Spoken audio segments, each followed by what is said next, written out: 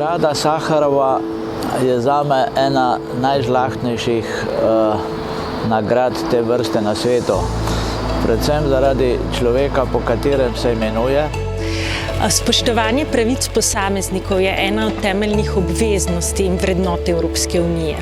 EU si zato v okviru spodbujanja izobraževanj o Evropski uniji med učenci, dijaki in študenti prizadeva, da se širijo tudi vrednote o Evropski uniji, kar vključuje tudi spoštovanje človekovih pravic. O človekovih pravicah in temeljnih svoboščinah se ne smemo pogajati.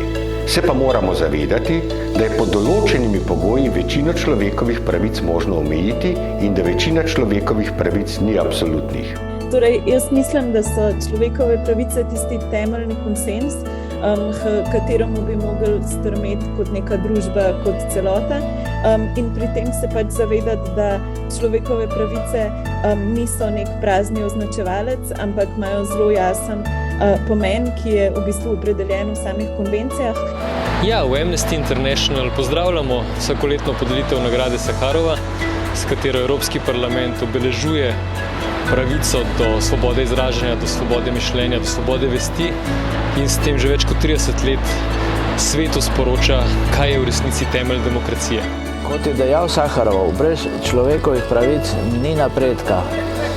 Človekove pravice so izjemno pomembne za vsako državo sveta, za Evropsko unijo. Toda problem je, da se človekove pravice danes vse bolj marginalizirajo. Da bi si po pandemiji oziroma že v endemiji, kot pravijo strokovnjaki, v celoti opomogli in zgradili svet, kot si ga želimo, in da ne bi zašli še v krizo vrednot, moramo na prvo mesto postaviti strpnost, spoštovanje, sočutje in človečnost. In v resnici je naša naloga, da vedno strmimo k popolnemu uresničevanju človekovih pravic za vse.